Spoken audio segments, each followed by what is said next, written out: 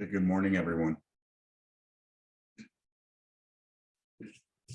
How are y'all doing today? Doing all right?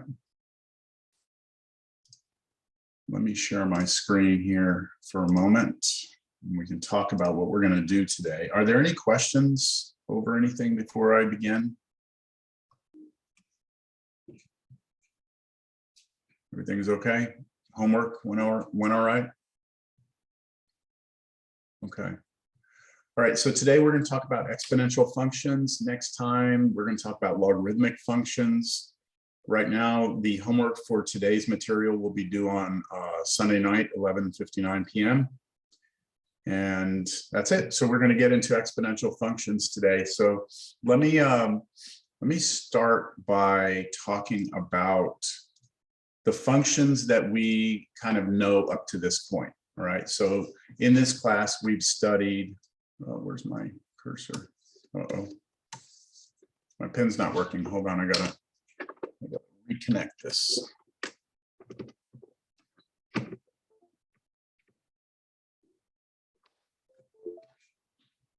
There it is. Okay. All right. So the things that we've looked at so far. Okay. So far, we know what linear functions look like, right? Linear functions are functions of the form f of x equals something like mx plus b. A specific example of this would be something like f of x equals, let's say, 3x minus 4. And if we graph this, this would be a line, and everybody in this class should have no problem graphing that function. After linear, we study quadratic. Right? Quadratic functions look like f of x equals ax squared plus bx plus c. And we had like a set of steps on how we graph things like this. You know, we find if it opens up or down, if it, you know, where the vertex is, if it has x-intercepts. But we should all be somewhat comfortable if I asked you to graph some sort of quadratic function, right? So we know the linear functions look like lines, the quadratics look like parabolas, they might open up or down, right? Then we studied polynomial functions. And those were a little bit problematic because there's not like a general formula for it that's nice or easy to look at. So it's better just give you an example. So like f of x equals, I don't know, x to the 5th minus 4x to the 4th, let's say, plus 3x cubed. That would be a polynomial, and we would have to figure out, you know, what the left and right hand sides do, and whether or not we have x-intercepts. We might need synthetic division. We figure out if we bounce or cross, but you know, these things kind of look like little wavy roller coaster looking functions, right? So we've studied those. And then we've studied rational functions. That was the last one we did. Rational. And rational functions, again, these can look all sorts of different ways, but it's basically a polynomial divided by a polynomial. And I won't give you a specific example, but these are the ones that have vertical asymptotes, horizontal asymptotes, right? We'd have to do test points. And so we have, you know, all this procedure for this. So all of this we're happy with, you know, we know how to do, all right? There are two more functions that we want to study in this class. Okay, there's only two left, exponential and log functions. And to motivate the idea of why we would want an exponential function, I want to give you an example that will show you, I hope will show you that even with linear, quadratic, polynomial, and rational, there are still some situations that we could run into, like in the real world, where none of those functions actually demonstrate what's happening in the real world situation. We need something different. And that's where the exponential and log function will come in. So we're going to start with a physical example first. So I don't know if y'all can see my camera. Hopefully you can see it. Yes. It's probably really small, but what I have here in front of me is a sheet of paper, right? It's just a standard sheet of paper. And so what I'm going to do is I'm going to make a table, a good old fashioned, T table. And the left side of this table, I'm going to put the number of folds that you see. And over here, the number of rectangles that you see. Okay, so right now, I have not folded this piece of paper, right? It has not been folded, and everybody sees one rectangle, right? So if I have 0 folds, I have 1 rectangle. Now I'm going to fold it one time. Okay, I'm going to fold it one time, and I'm going to open it up. Where's my marker? Well, I don't have a marker. Hopefully you'll be able to see this. This probably won't work very good. If I had a marker up here. Anyway, I fold it one time. Yeah, you really can't see that. But when I folded it one time and I draw a line where the fold was, I now have 2 rectangles, right? You'll see that? Oh, focus. My camera forgot who it was. Okay, so I folded it one time and we had 2 rectangles. Now I'm going to fold it again. So I fold it one time and now I fold it again in half. And when I open this up, how many rectangles are we going to see? What do you think? 4? I'm seeing 4, yes. Okay, so let's see. If I open this up, I'm not going to draw the, hopefully you can see good enough. Can you all see the 4 rectangles? Yes? Okay. So I folded it twice, I have 4. So now I'm doing it a third time. What do you think? 6.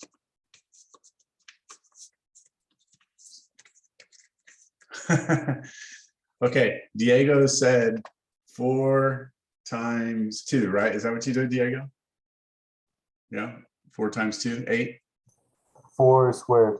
Oh, 4 squared. Okay, so 16, you think? Okay, so look, I just 8. Ashley's saying 8. So by the way, my dad taught me this. He used to fly planes. And so when you count, you can go, this is 0, and then it's 1, 2, 3, 4, 5, and then 6, 7, 8, 9. I don't know how you do 10, but so you turn your hand sideways. That's what he taught me. So you can count almost to 10 with one hand. All right, so here we go. I folded it 3 times. I'm opening it up. We've heard 6, 16, and 8. So can you all see it? You'll see we have 4 across the top and 2 down. So there's 8 of them, aren't there? See 8? Okay. So we folded it 3 times. We got 8. And now if I do it a 4th time, what do you think? You'll see a pattern here and what's coming out on the right-hand side. Here we go. Folded it 4 times. And I now have, let's see, I have 4 across the bottom. And I have 4 across the side. So 4 times 4, there's 16 of these rectangles here with 4 folds. So what do you think with 5 folds? 32. 32. Okay, so the pattern that we're getting here is that every time that we jump, we're basically multiplying by 2, right? Times 2, times 2, times 2, times 2. So if we could do 6, if we do 6 folds, we should expect to see 64 of these, right? Understand? So this is great. I mean, I could keep going. 7, right? Would give you 128, right? And then 8, I could keep going. But what if I asked you right now, if I did 13 folds, how many rectangles would you have? See, right now, the only way to figure out that answer is to find out what 7 would be, then what 8 would be, then what 9 would be, then 10, 11, and 12, and then 13, right? Just keep doubling it each time. But that's not efficient. What we need is some function, right? We need a function that actually takes the input here 0, spits out 1, that takes 1 and spits out 2. that takes 2 and spits out 4. And that would take 13 and give us an answer.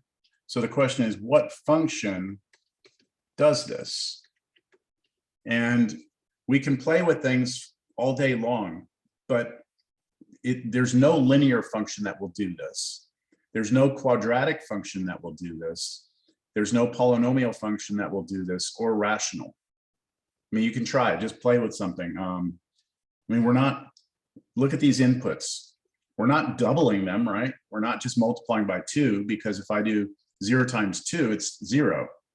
1 times 2 would be 2. 2 times 2 would be 4. But 3 times 2 is 6, not 8. You see? So like doubling the input doesn't work. Squaring the input doesn't work. 0 squared is 0. 1 squared is 1. 2 squared is 4. Yes, that works. But 3 squared is 9, not 8. So there's no quadratic that's going to do it. There's no polynomial that will either. You're just going to have to take that on faith. And there's no rational function that will. So the question becomes, what function does it, right? So what we need to do to figure this out is to notice a pattern in all of these. And the pattern that we have is that every one of these numbers is 2 raised to a power. So I'm going to start with 2 itself. 2 is 2 to the first power. 4 is 2 squared. 8 is 2 times 2 times 2. That's 2 cubed. 16 is 2 to the 4th power. 2 times 2 times 2 times 2. This is 2 to the 5th. This is 2 to the 6th, right? And do you see that the input number is actually the exponent? This right here is that number. This right here is that number. This right here is that number, right? So it looks like this answer down here for 13, right, that we didn't know, should be 2 raised to the 13th power, right? That's what it appears it should be, following this kind of format. By the way, what about the first one? Does it work for the very first one up here? 0. Well, that would be 2 to the 0. Is 2 to the 0 1? Yes, any number to the 0 is 1. So this works as well for this. Does that make sense, everyone?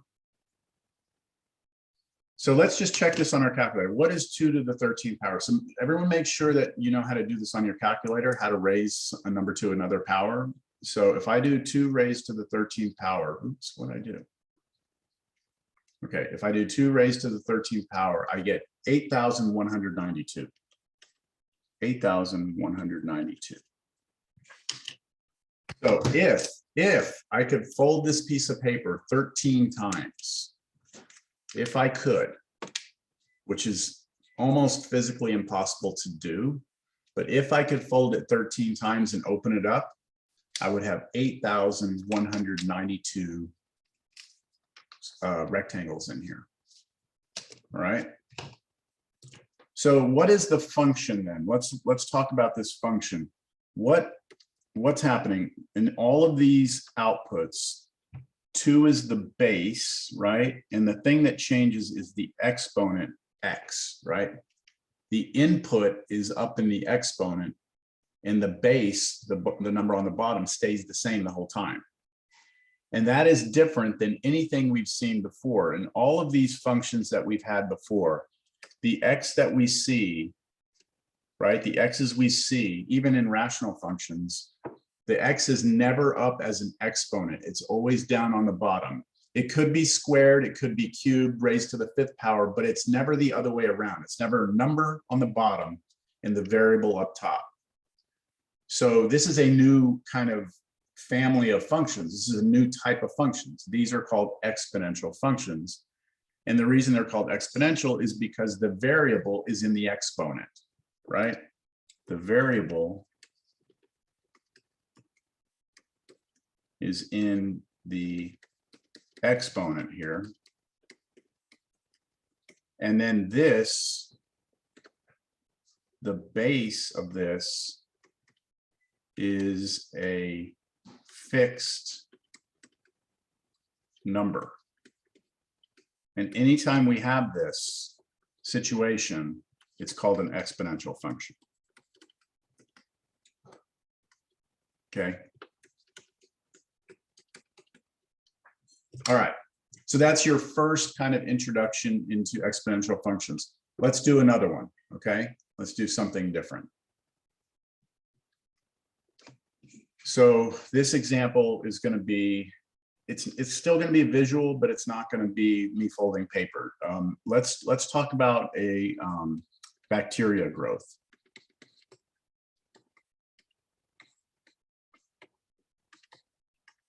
Okay, so some of you may have taken like a biology class or something, maybe in high school, or maybe you've taken something in college.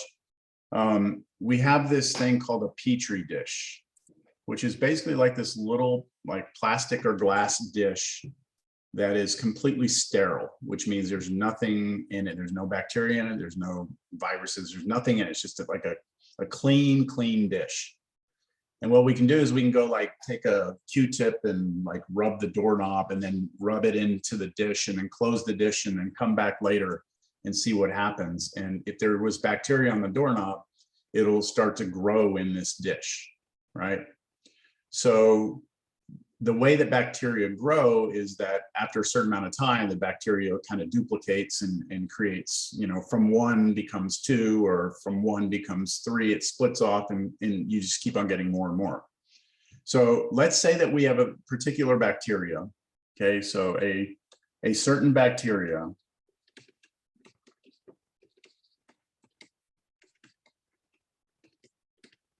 triples every hour. Okay. We have a bacteria that triples every hour. So every hour, if you have one little bacteria, after an hour, it's going to break up and become 3. Okay. And what I want to do is see if we can't model this and figure out how many bacteria are going to be there after a certain amount of time. So I'm going to make a table. And let's let this be hours. And let's let this be the number of bacteria. So at hour 0, which means when I start the experiment, I'm going to place a single bacteria into the dish. All right. So at hour 0, I have 1 bacteria in there. And I'll draw a picture of him over here. Here he is. I'm going to put him in the dish. Right. He goes in here. All right. Now, 1 hour later, how many will be there? So after 1 hour, we should have how many? 3, right? Okay, so there's 3 there. So what happened is after an hour, this guy split up into 3 bacteria, right? So that was 1 hour. That was 1 hour later, we've got 3. All right. Okay, so how about after 2 hours? How many are we going to have? Well, each one of those now breaks up into 3 more, right? Each one. So this bacteria breaks into 3. This bacteria breaks into 3. And this bacteria breaks into 3, right? So now I have 9, right? I have 9 bacteria this time. After the next hour, right? So this is 2 hours. I now have 9. Make sense? How many after 3 hours? So each of those 9 now split into 3. So 1, 2, 3, 1, 2, 3, 1, 2, 3. Right? So just from this guy, these 3 alone, I've got 9. And then I'm gonna have another 9 from these 3 and another 9 from these 3. So that's gonna be 27, isn't it? 27. Okay. Do you see a pattern of what's happening here as we jump from one to the next? What's happening? Go ahead, you can tell me. Is getting like tripled or like put to the power of 3. We're multiplying by 3 each jump, right? Each jump, what's happening is we're multiplying by 3, multiply by 3, multiply by 3. So if I do, if I want to see what happens after 4 hours, I'm going to take 27, multiply it times 3, right? And that should give me 81. Understand? So here's my question. How many bacteria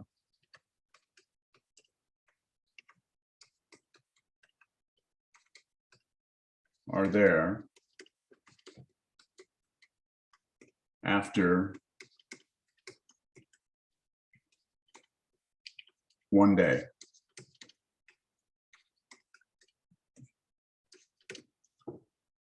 Well, 1 day, right, is 24 hours. Right, 24 hours. So I would like to know what happens if you put 24 in here, right? What comes out?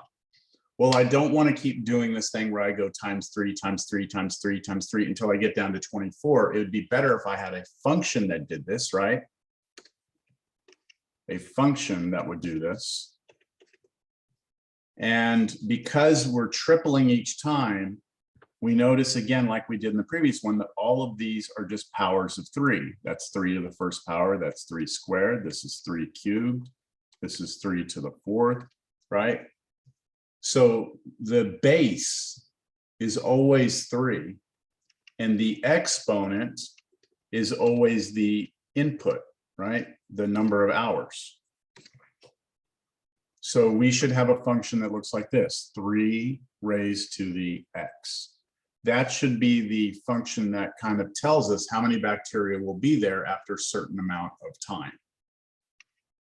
So if I wanted to know after 24 hours, I would have to go 3 to the 24th power. That's 3 times 3 times 3, 24 times.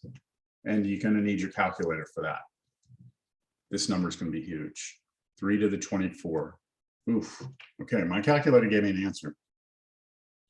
This is 282,429,536,481. Let me just double check that. 282,429,536,481. There we go. That's how many bacteria are there. So that is a lot of bacteria, isn't it? 1 day later, 24 hours. You started with 1. It triples every hour. And you have this many now. This is, how many is this? This is, see, 500,000. This is, what is this? Millions right here. So billions, we're in the billions now, aren't we?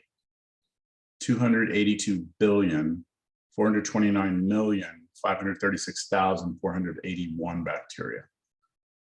That grew very quickly, didn't it? Like we went from, 1 to that number in just 24 steps. If I asked you how many would be there after 2 days, what would you plug in to this function? If I asked you after 2 days, you'd have to plug in what, 48, right? Yeah. That would be 3 to the 48. Now, that's twice as long as a day. I mean, 1 day, 2 days is twice as long as 1 day, right? But your answer is not going to be this doubled. It's not this times 2 because, it's twice as long. Each one of those tripled each time. I'm going to try this on my calculator. I'm probably going to get an error. Oh, no, it gave me an answer. Wow. I must have my calculator set up. All right. 797644303076509863361. There it is.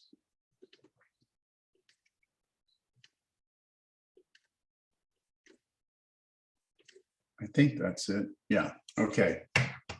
That number is like astronomically large, isn't it? I mean, that is a huge number. I think we kind of run out of names for what this number actually is. The point is this function is growing very fast, right? As time goes on, this thing just takes off. And the same thing happens here with the number of folds, right? With the number of folds thing, we start out with 1, and then 13 later, right? 13 folds later, we're at 8,000 already. And if we keep going, this is going to grow very rapidly. So this should already start to give you an idea of what the graph of these things are going to look like. right? As you move along the x-axis, it's going to go kind of up really fast, kind of like a parabola does, but it's going to grow extremely well, quickly, I should say, right? Any questions up to this point? I want to give you one more example before we actually get into like the technical stuff. No questions? Okay, let's do this one. I'm going to call this the half paper example. All right, so let's do this. Let me get another piece of paper. All right, I have a piece of paper here, okay? And let's just say, I know this is not true, but let's just say that the width of this piece of paper is 1 foot. Okay, it's really 11 inches, but let's just say it's 1 foot. So I've got this paper, and I'm telling you from here to here is 1 foot, all right? And what I'm going to do is I'm going to take my scissors and I'm going to cut this paper in half, all right? So I'm going to cut it in half. So I'm going to create a table. This is going to be the number of cuts, and this is going to be the length of the paper. All right. So right now, I have not cut the paper, right? I've not cut the paper. And so since I have no cuts on the paper, the length is 1 foot. Okay, we'll measure the length in feet. All right. And now what I'm gonna do is I'm gonna come here, I'm gonna cut it right down the center. Now I'm not gonna be able to do this precisely.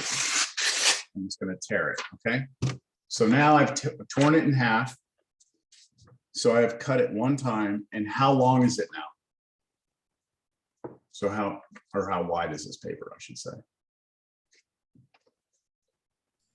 6 inches. 6 inches, right? Which is half of a foot, right? It's half of a foot. I'm going to say half because we're going to measure everything in feet here. So it's now half as long as it used to be, right? Now I'm going to cut it again, right? I cut it in half. So that's my second cut. So how long is it now?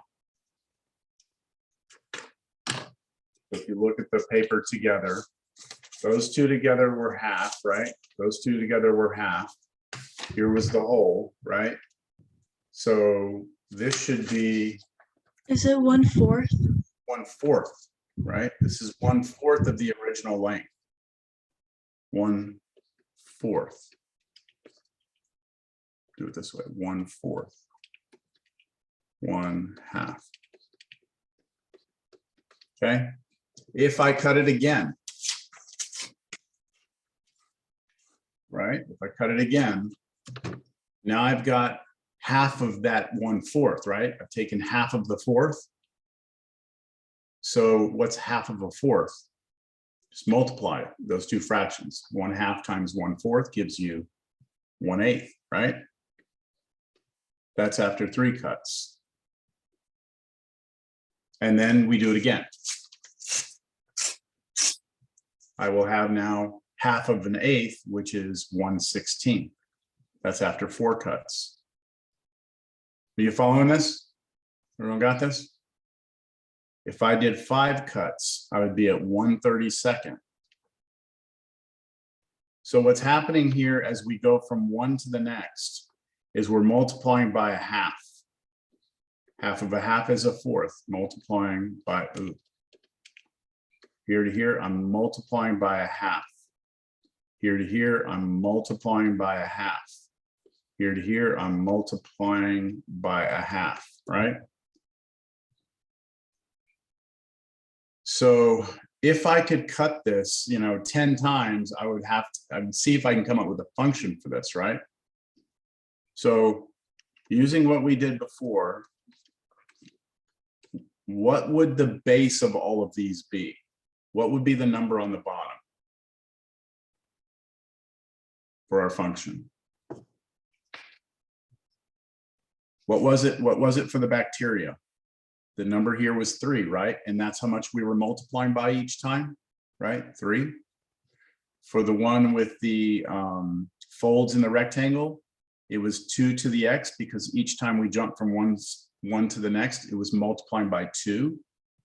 So here, if we're jumping from 1 to the next by multiplying by 1/2, that should be our base, right? We should have 1/2 here, and then raised to the x.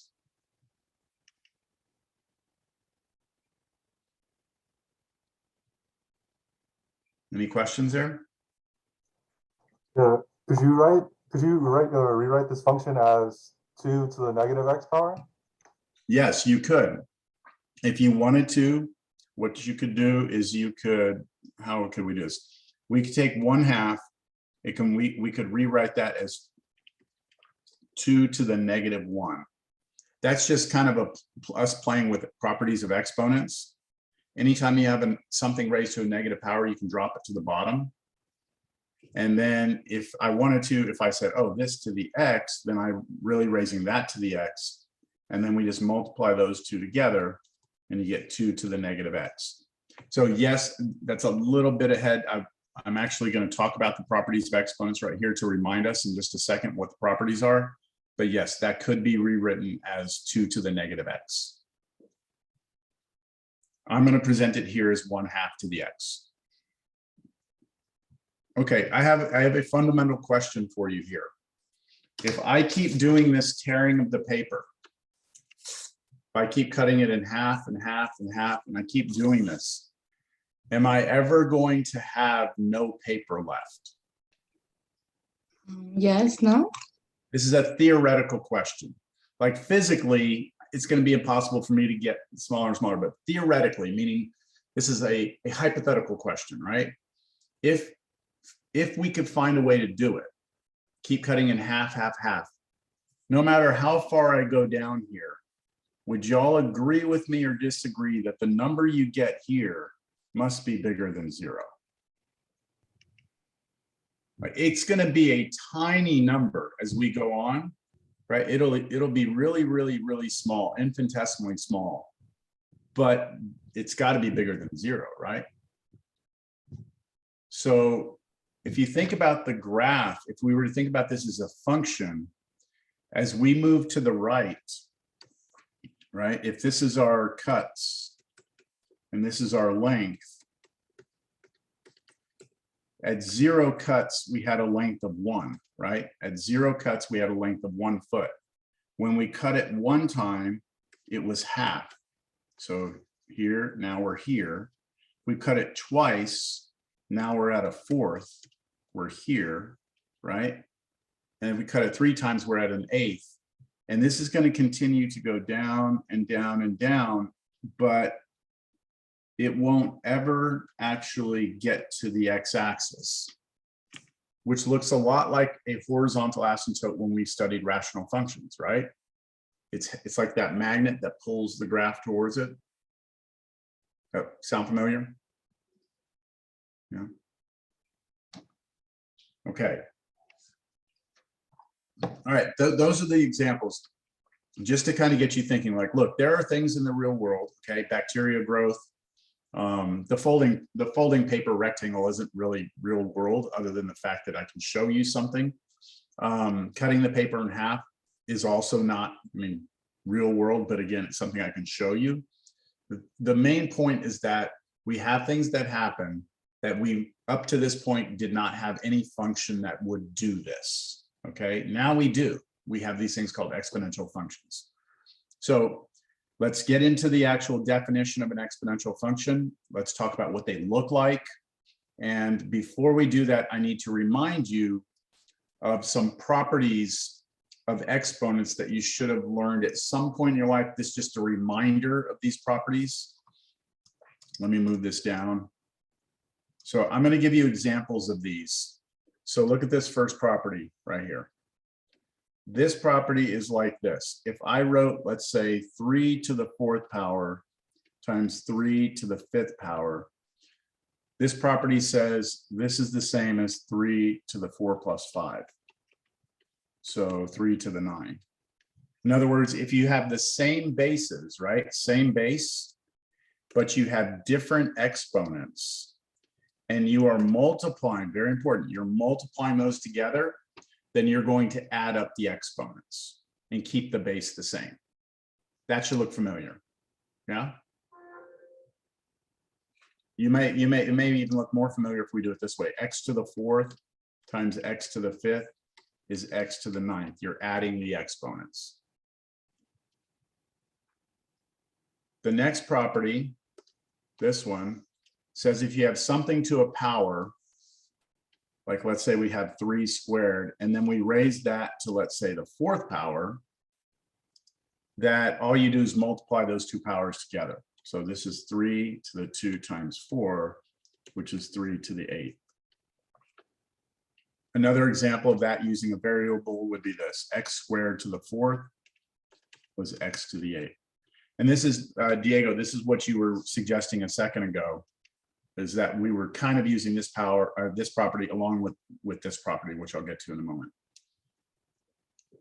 Okay, this property says that if you have two things being multiplied raised to a power, you can put the power on each one. I'll give you an example of this.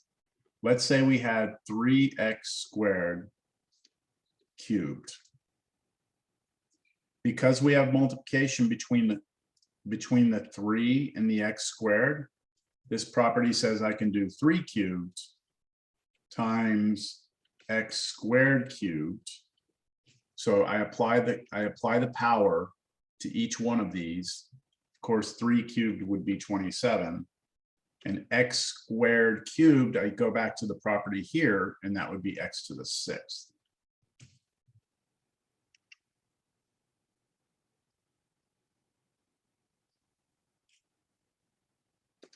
The next property, 1 to the s is 1. That just says that, look, if you take the number 1 and raise it to any power, you get 1. 1 squared is 1. 1 cubed is 1. 1 to any power is 1.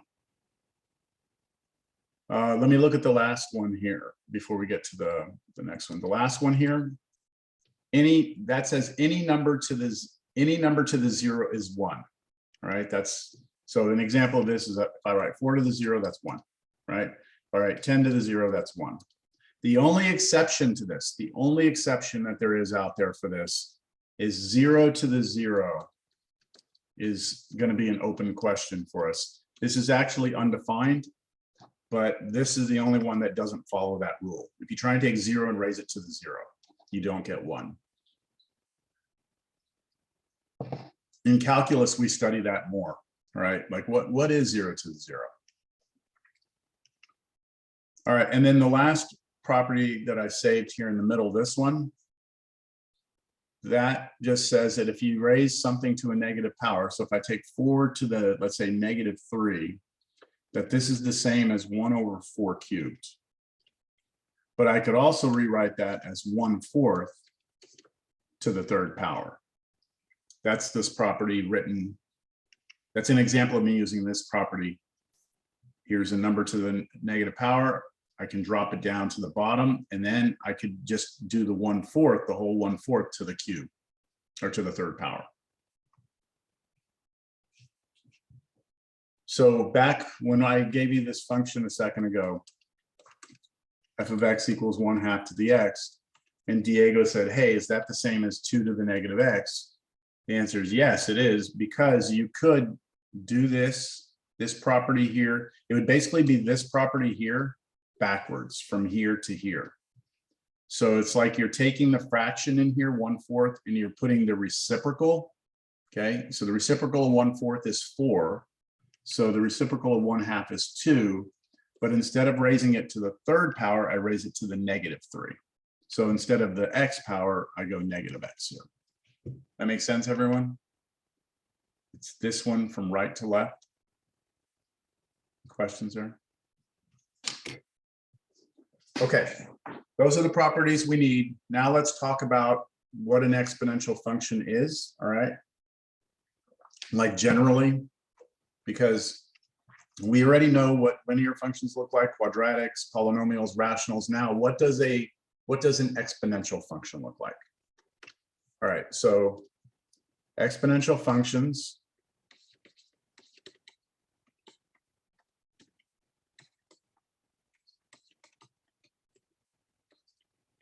have to look like this. F of x, come on, man. f of x equals some number a raised to the x. That's it. That's what an exponential function looks like. It is just some number a raised to the x. So we have to make sure we understand a few things here. A is a number,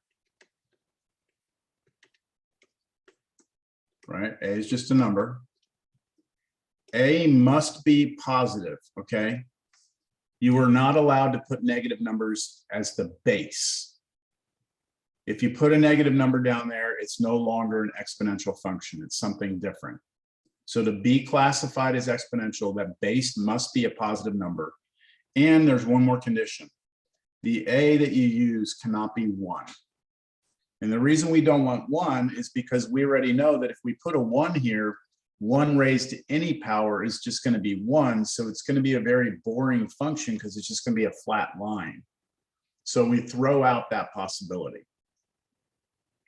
But you can use any other number you want. Any positive number, as long as it's not 1, would qualify as an exponential function. The number you use, the a, is called the base of the exponential function. So there are an infinite number of exponential functions out there because there are an infinite number of positive numbers that you could use in there. I gave you a couple of examples already. The examples I gave you was f of x equals 2 to the x, right? That was me folding the rectangle, the paper. I gave you f of x equals 3 to the x. That was the bacteria problem. And I gave you f of x equals 1/2 raised to the x, which was me tearing the paper. The first one would be what we call the base 2 exponential function. The second one would be the base 3 exponential function. And the last one would be the base 1/2 exponential function. And notice that those numbers 2, 3, and half are all positive and none of them are equal to 1. So we're good. These are exponential functions. So now what we need to do is figure out what do these look like, right? So what do exponential functions look like? So I'm going to show you, all right? The good thing about exponential functions is that they're going to look like one of two things, all right? There's only there are two things that an exponential function can look like. So I'm going to put here the graphs of f of x equals a to the x, all right? There are two possible graphs, two possible basic shapes to the graph, all right? They are all going to be a little bit different, but they're all going to look like one of these two things.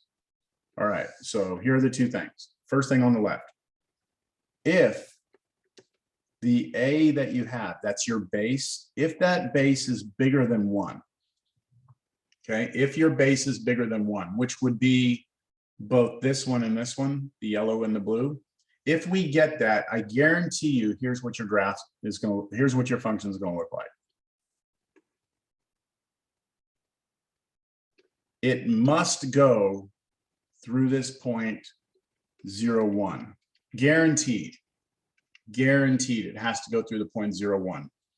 Well, why? Because if you take a to the x, if I tell you to replace x with 0, you have a to the 0, don't you? A to the 0. And any number to the 0 should be 1, which means that when you plug 0 into any exponential function, it should spit out the number 1. If you look back at the tables I made, when we plugged in 0, we got 1. Same with the next example. Where was it? When we did the bacteria, 0, 1, right? When we did the halving of the paper, 0, 1. So we should always get that point on the graph.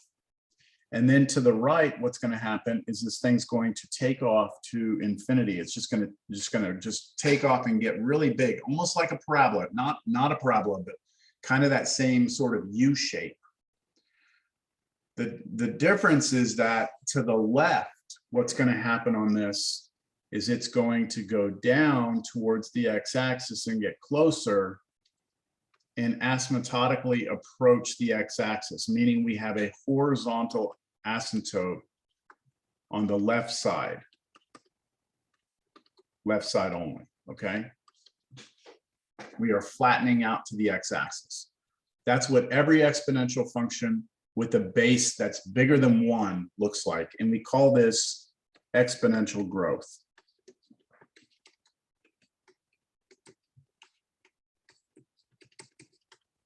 It's growing because if you read this like a book from left to right, it grows, right? It gets bigger and bigger and bigger. Now, if your A is less than 1, right? Less than 1, it's going to be a different picture. Now, so I'm going to put here, if 0 is less than A is less than 1. Remember that A has to be positive, right? I said that up here. A has to be positive. So I'm telling you, as long as your A is between 0 and 1, then your graph is going to look like this. It will still go through the point 0, 1, but it's going, I don't like where I put that there. Let me put it above 0, 1. Okay. What's happening is that to the right, it's actually getting smaller, approaching the x-axis. You have a horizontal asymptote on the right side. Okay, but to the left, it grows. So it's basically a reflection, right? It's this graph here reflected over the y-axis. And we call this exponential decay.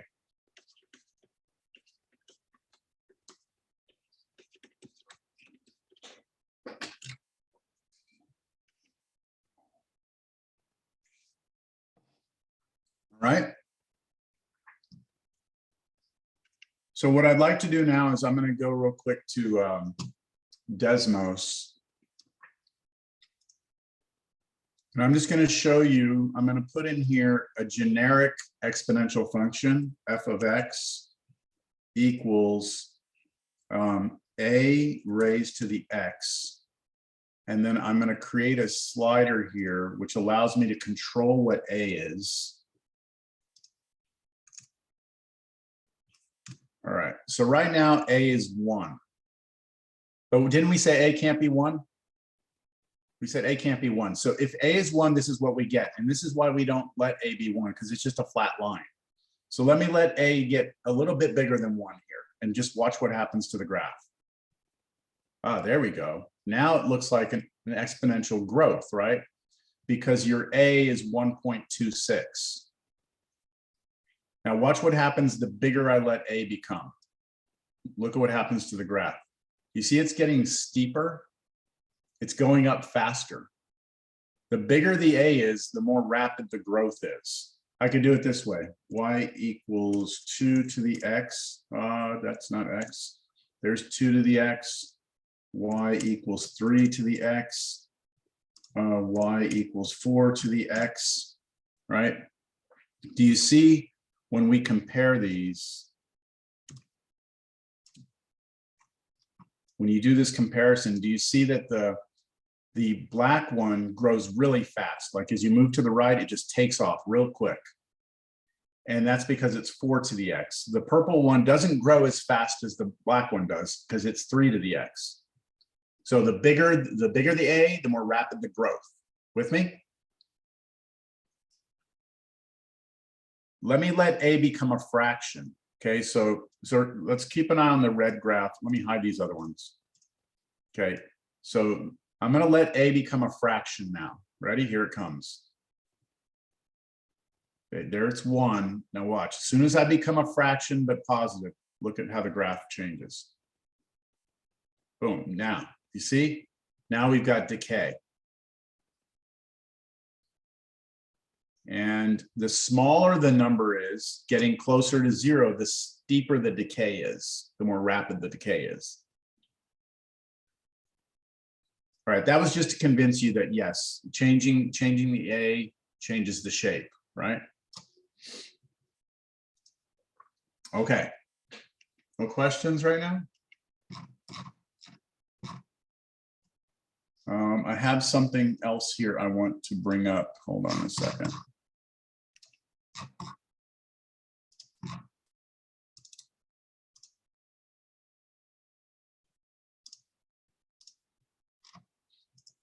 I'm out of room. Dang it.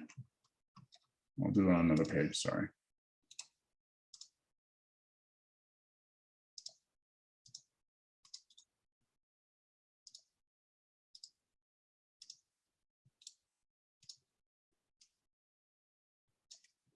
All right, so when we look at these two graphs again, I'm going to copy these and bring them over here.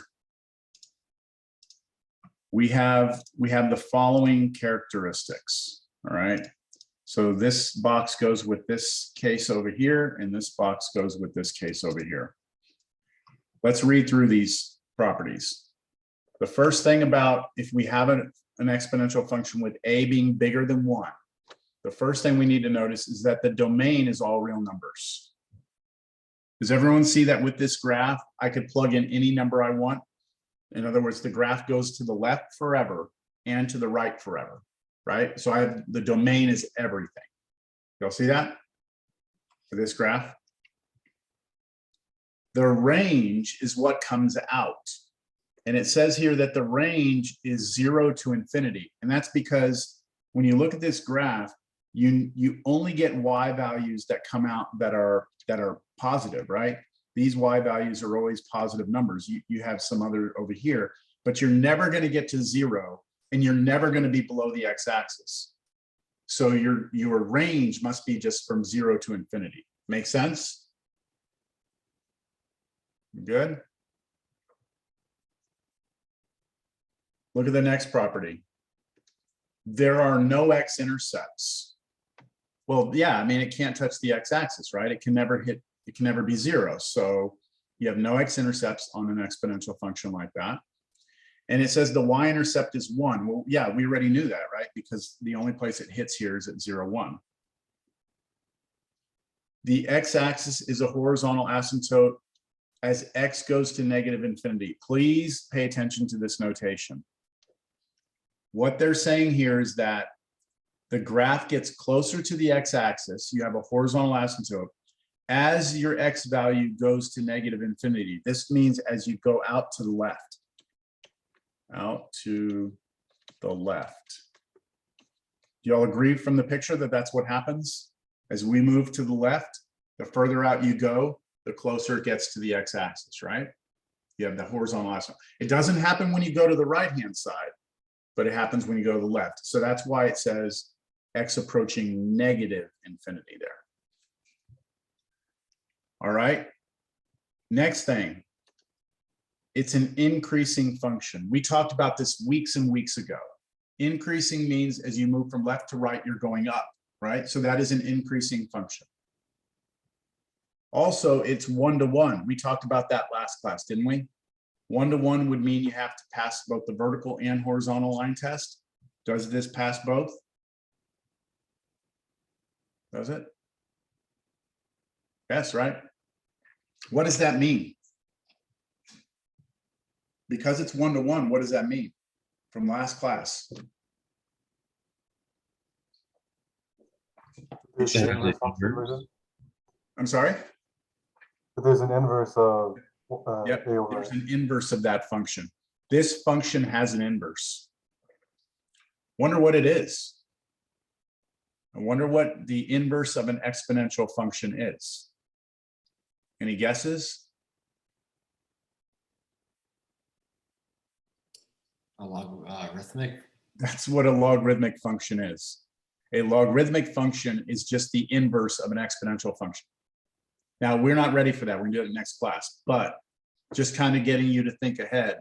This is a 1-to-1 function, so it should have an inverse. Wonder what it is? Well, we'll look at that next time. The graph contains, what is this saying? The graph contains the points -1, 1/a, 0, 1, and 1a. Okay, that's not so important. I think the thing that's really important is this one right here. 0, 1 is on the graph. guaranteed every time. And then finally, the graph is smooth and continuous, no corners or no gaps. So it's nice and smooth. You don't have any breaks or jagged edges. Everything is nice and smooth. Now, the other one is basically the same information, all right? It's almost exactly the same. Domain is everything, right? We can draw it to the left and right forever. The range is still just, you only get positive numbers out, right? There's no x-intercepts. Yes, we know that. The y-intercept is 1. Yep, we knew that from this point right here. The thing that's different here is that you have a horizontal asymptote as x goes to positive infinity. So this means that as we move to the right, as we move to the right, we should be headed towards the x-axis, which is opposite of what happens here. So that's different. Also, it's not an increasing function, it's decreasing, right? As you go from left to right, it goes down instead of going up. And it's 1-to-1, which means it has an inverse. 0, 1 is on the graph, and it's smooth and continuous, all right? You need to know all these things about the basic shape of an exponential function.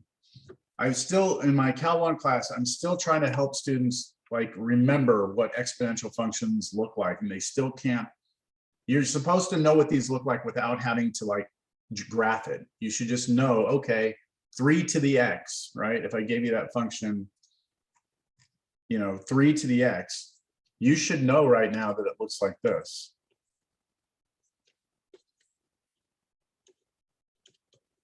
Right? That's just automatic at this, like that, it becomes automatic, right? That's what you need to get to that point. You should know that the domain is everything, that the range is only from 0 to infinity, that out the left side you have a horizontal asymptote, out the right side it takes off, right? Gets real big. All right, no questions? All right, let's do a quick example. When we started class today, I said, look, these are the things we know, right, coming into this class. And we know that for certain ones of these, like quadratics, polynomials, and rationals, there's like a set of steps to graph them. So if I give you an exponential function and ask you to graph it, how are you going to do it? All right, like how are we going to do it? So this is the way we're going to do it. I want us to do this example. I want us to sketch this function. F of x equals, let's go with 1.75 to the x. Hey, hold on real quick. I'll be right back. I forgot to do something. Hold on.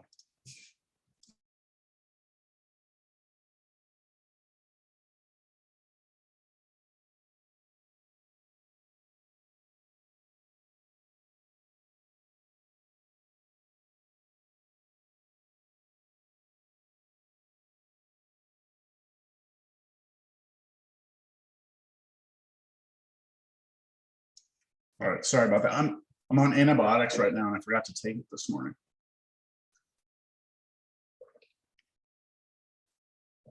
There we go.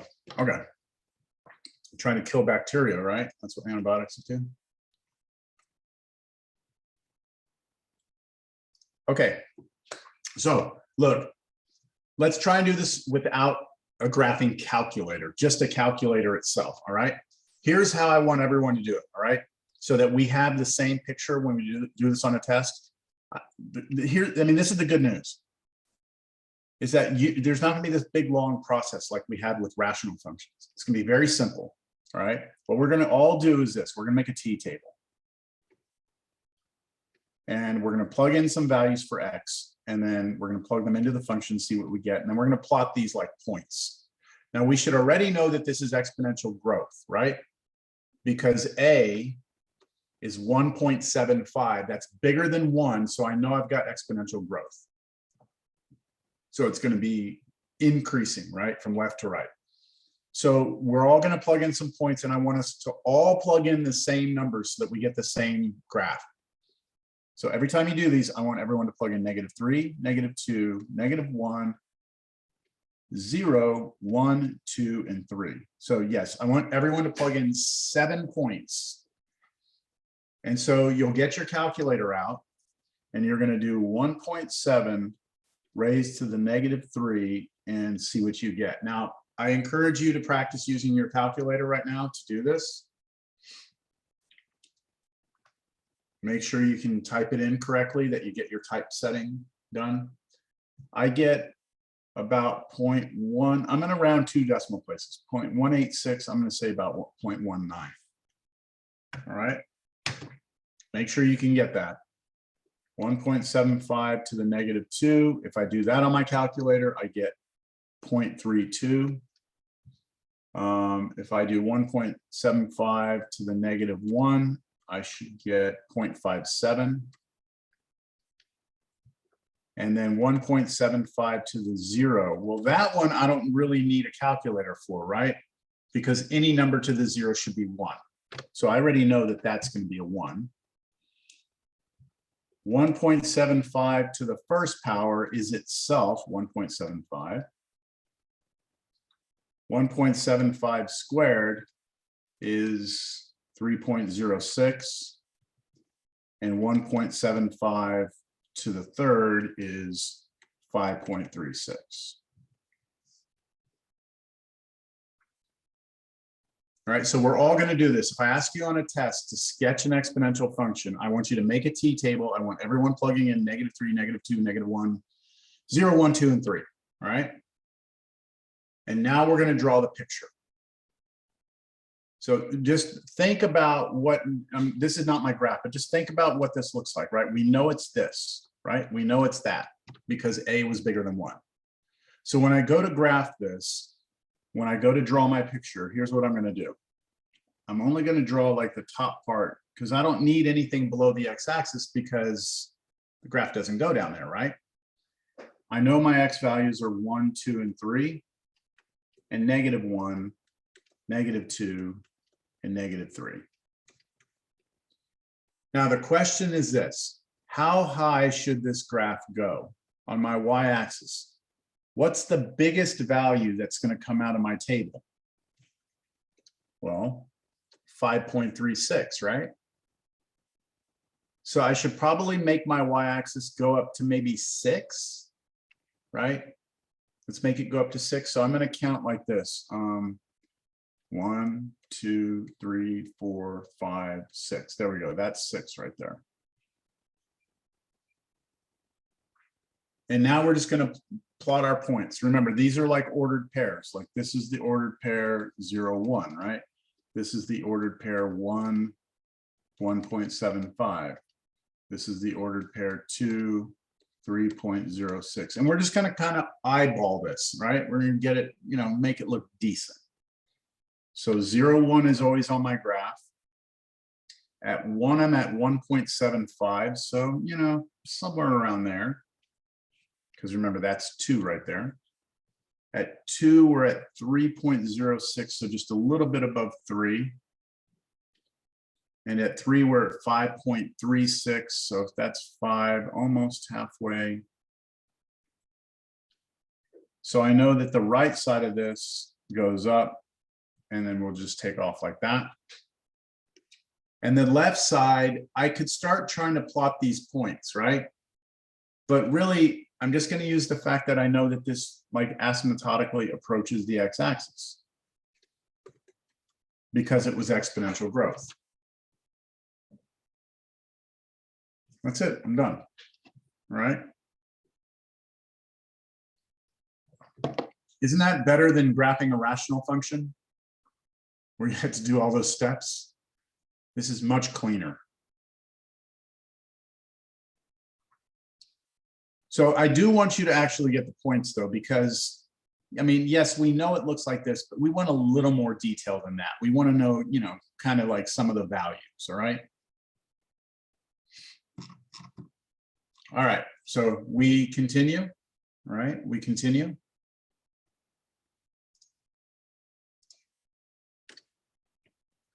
A very, very, very special base.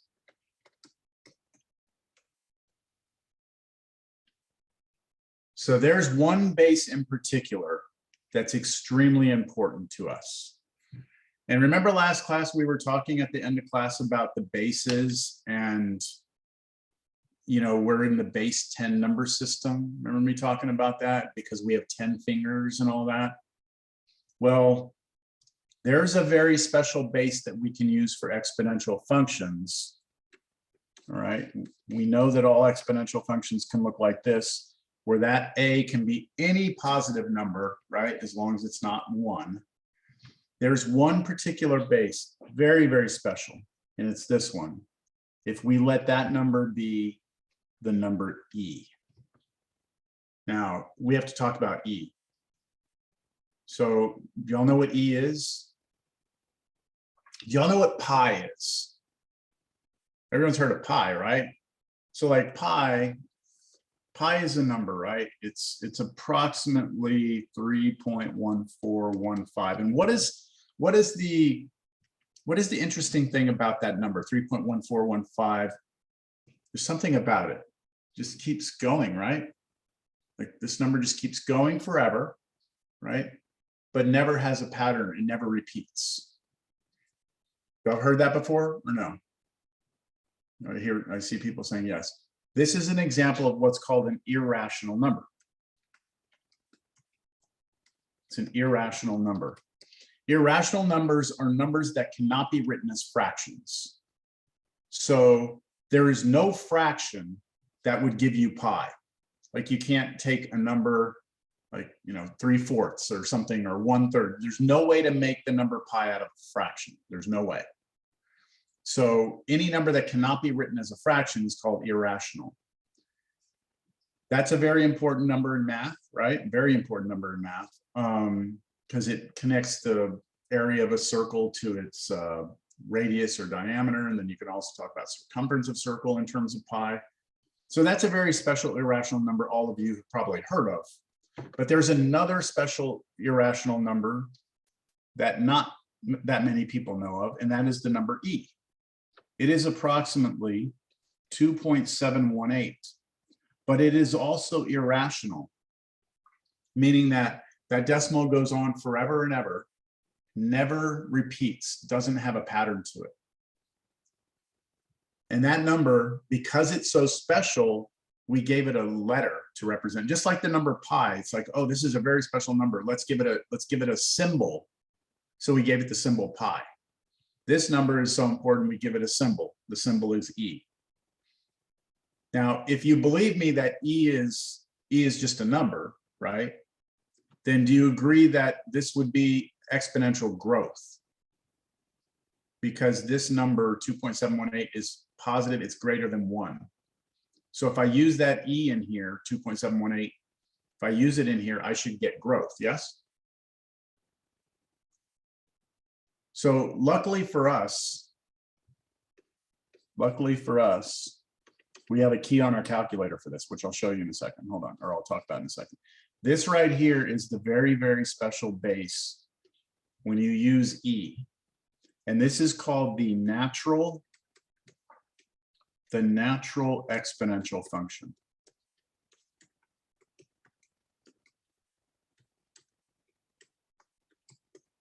It's called the natural exponential function. Have y'all heard of the natural log function before? The natural log? No, maybe some of you. Okay, if you haven't, we're going to study that next class. The natural log function is actually just the inverse of this function. That's all it is. It's the function that undoes this function, but we'll get to that next time. So the natural exponential function. So let me just pause for a second. The natural exponential function is just an exponential function. It's exponential growth, right? But it's special. And I haven't told you why it's special, right? I have not said why it's special. I've just told you it's special. Unfortunately, I can't really explain to you the specialness of it easily, but do you want me to try? I can try. Yes? Okay. I believe I have a visual for this because this is actually a calculus topic. Is this it?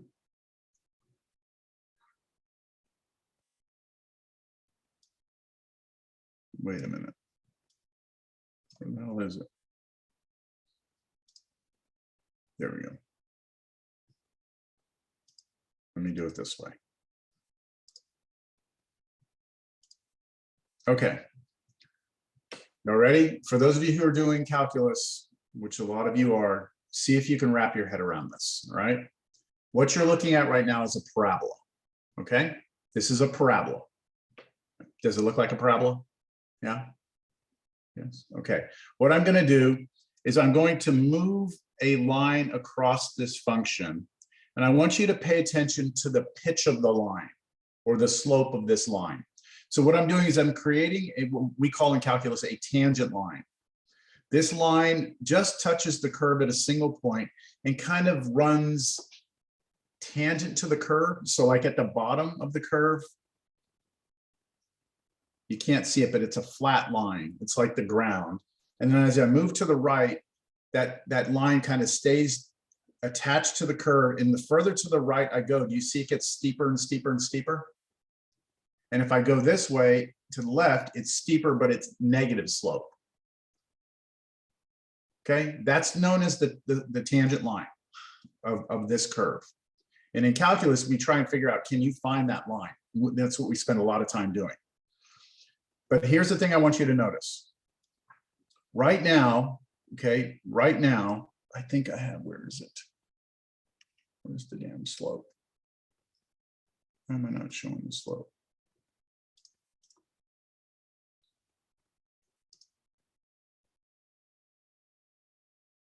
Where's my label?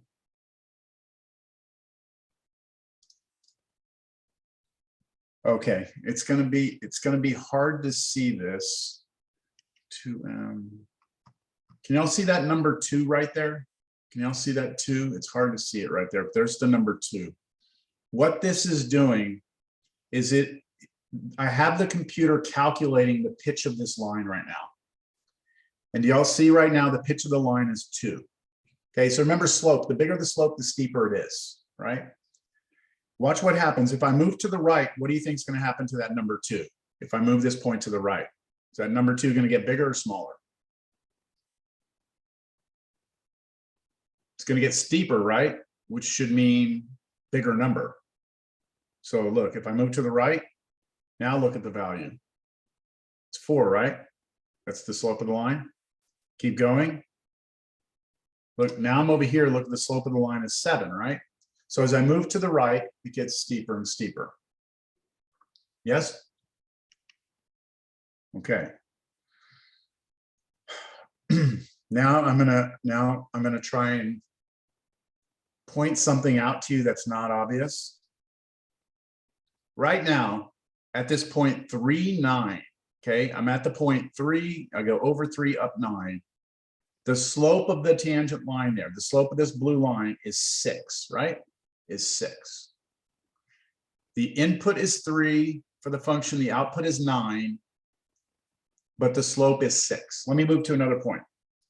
Let me go here. Look at here. What's the input? 2. What's the output? 4. What's the slope of the line? 4 as well.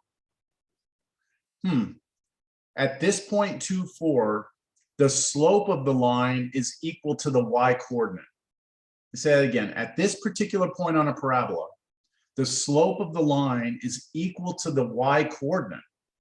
But if I move over to another point, like here at 3, 9, the slope of the line is not equal to the y coordinate, is it? See, they're different.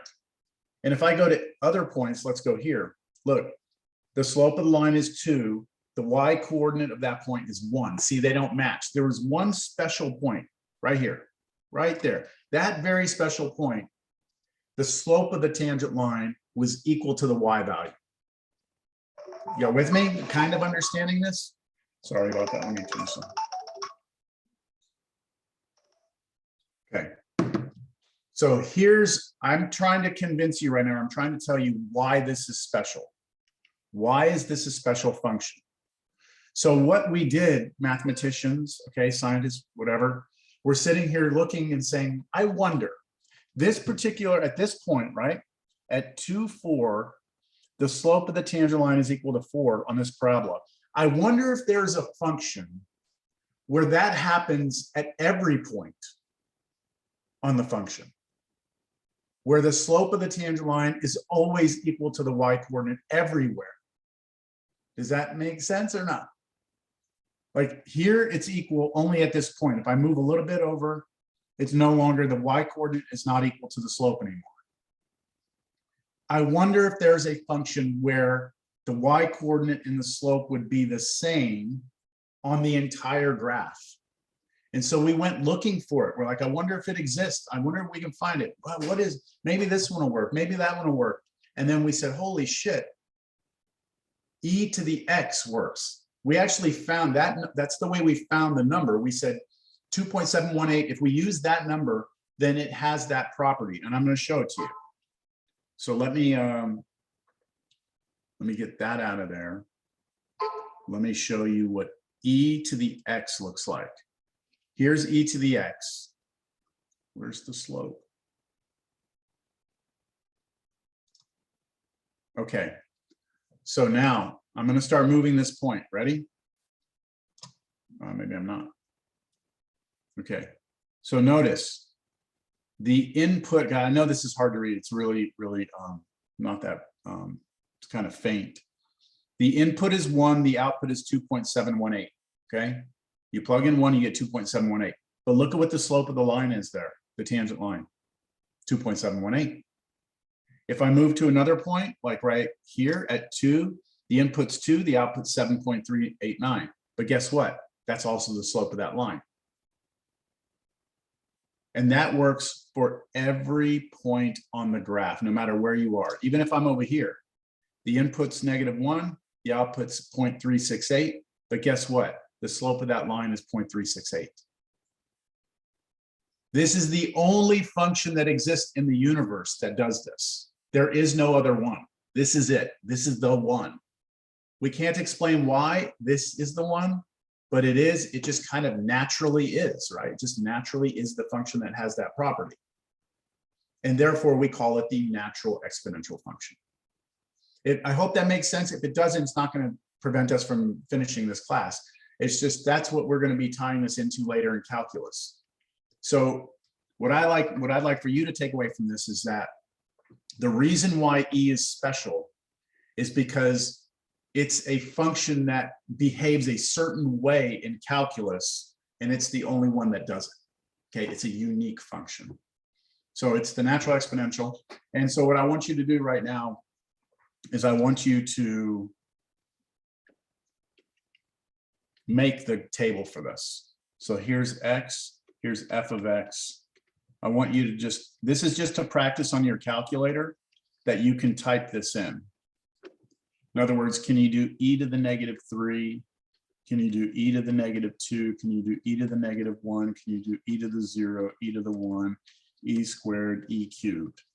Just make sure you can get this on your calculator.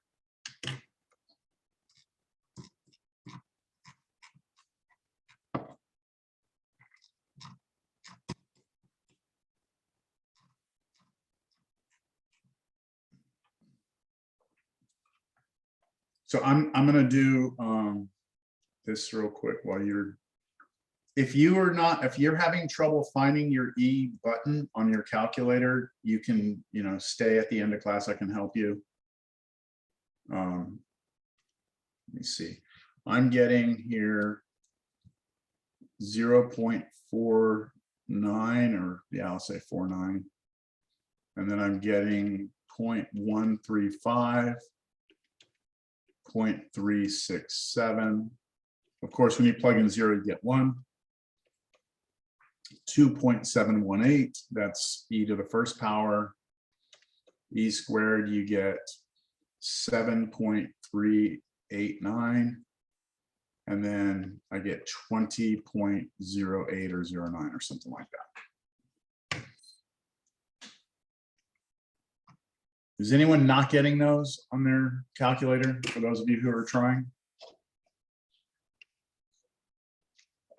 Everybody find their E key?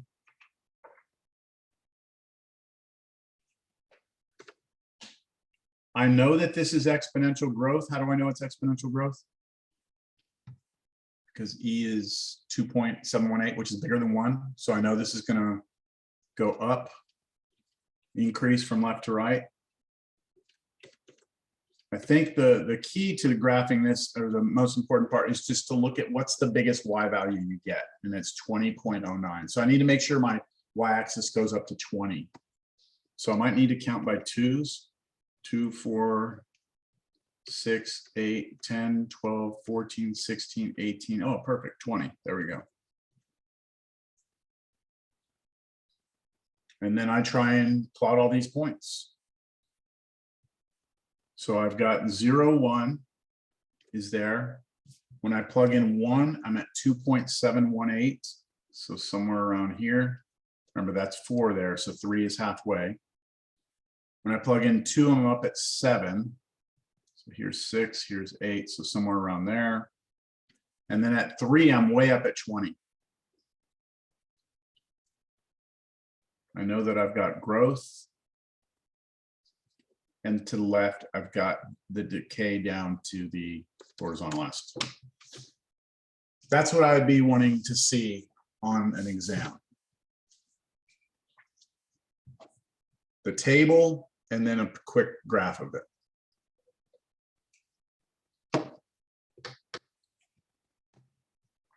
Questions?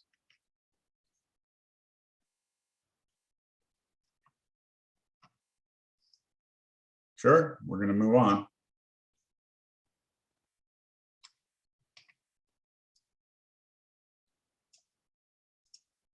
Okay. Now, we're going to go back to something way long time ago when we talked about transformations. Wonder if we can find when we talked about transformations. Let's see. I should be able to get it. Let me see. Here we go.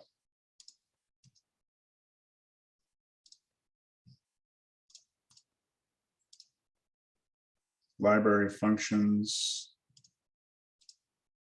No. Remember this thing? Shifting left, right, up, down, reflecting, all that stuff we learned way in, this was back in January. Okay, we learned about this. If you've got a negative in front, you flip it.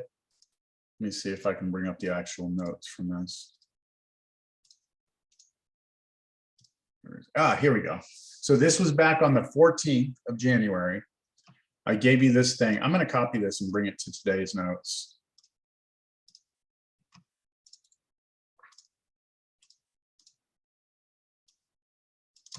All right, so what I'd like for us to do is sketch the following problem, the following functions. And when I say sketch, I mean quick sketch. So when I look at this first one, part A, I've got e to the x, but I've got a negative in front, and then I'm adding 1. So what does a negative in front do to my function? Well, it's here if you've forgotten. But hopefully you remember putting a negative in front. Don't remember?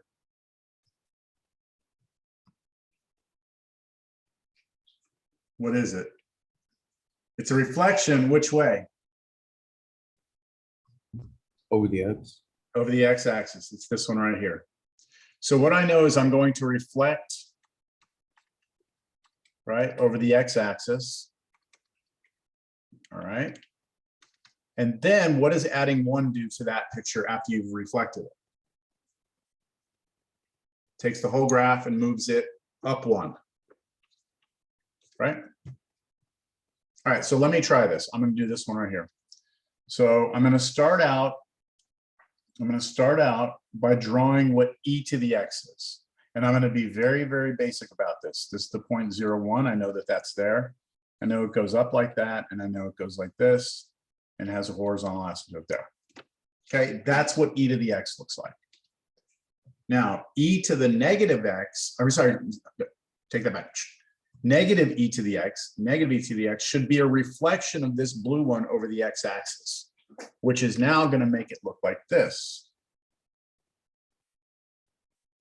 Now it goes through the point 0, -1. This is e to the negative x.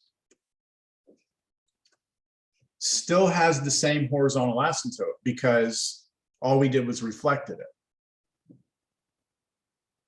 But now we need to take that graph and move the whole thing up 1. So everything moves up 1, which means this point that used to be right here at 0, -1 now moves up and becomes this, right, point. And the horizontal asymptote that used to be the x-axis also moves up 1 to here. Let me do something here. I need to move that. Okay, there we go. So my graph should do this. It should come up to here, get closer, should go through that point, and then it still dives down like this. I'll just do it like that. This is negative e to the x plus 1.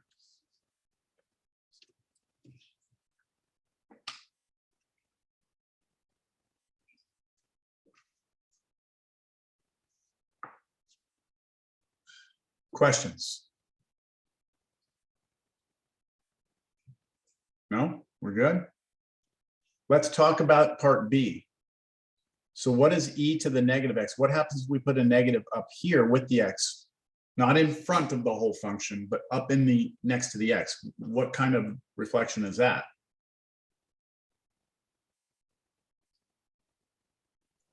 Reflection across the y-axis.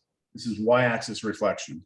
Reflect along the y-axis.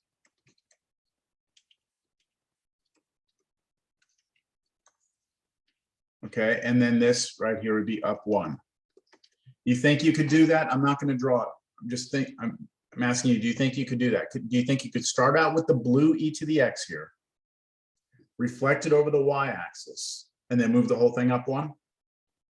Think you can handle that? What about C?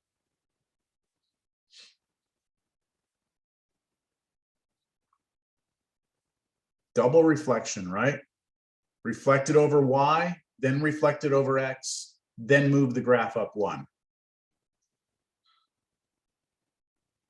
Ooh.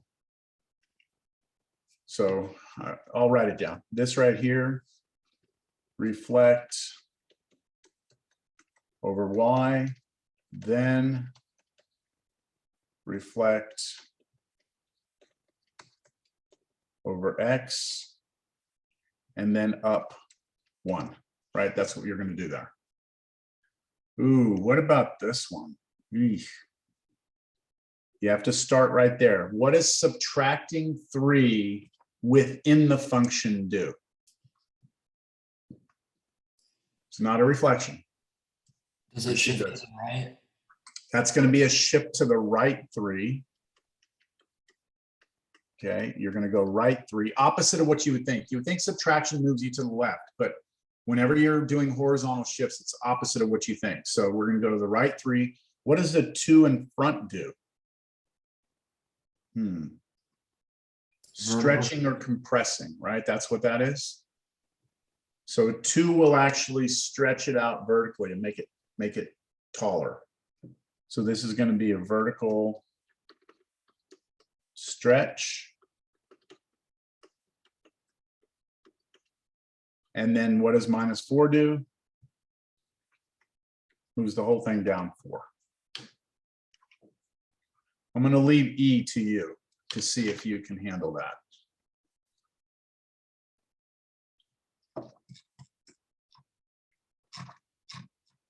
Okay, this is a good place to stop. I realized that we did a lot of talking today, and it seems like we didn't make a lot of progress, but it's really important for you to understand what exponential functions are as a basis for everything, and then we build off of this. We still have work to do. So you're not going to be able to do your homework. I'm going to give you a set of problems to do, okay? And so what I'd like for you to do is take a screenshot of these problems, or come back and watch the video. I'll also upload these notes. So is everyone clear? Do not do the homework for exponential functions tonight, okay? This is not going to be due, all right? Instead, Instead, I want you to do this. It will be due eventually, okay? Just not yet. Where is it? Oh, here we go. Here's what I want you to do right here. So I'm going to move this to our notes.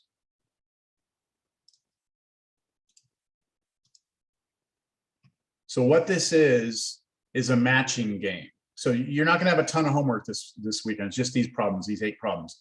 What you're going to do is you're going to try and match the graph to the actual function. So these are all 3 to the x, okay? 3 to the x we know is exponential growth. It's 3 to the x, 3 to the negative x, negative 3 to the x, negative 3 to the negative x, 3 to the x minus 1. You're supposed to figure out what the shifts are and then see which of these graphs it is. All right, like mix and match. Does that make sense? Seem pretty straightforward? That's all I want you to do. When we come back, what we're going to be doing next week is solving equations, exponential equations. So we still have a lot of work to do in this section. It's okay. It's the way it is. I'm not going to start it now. I don't have enough time to actually get into it in any great detail. So I think this is a good time to stop. All right, so this is your homework. You're not going to turn it in. You're just going to do it. Okay, so that way, you know, it doesn't catch up to you on the test. Questions? Okay, have a great weekend. It's Fiesta. I don't know if anyone's doing any Fiesta, but enjoy yourself, be safe, and I think the weather's gonna be real nice. Unfortunately, I won't be able to do it, but it is what it is. You have a good weekend. You too, Professor. Have a good one.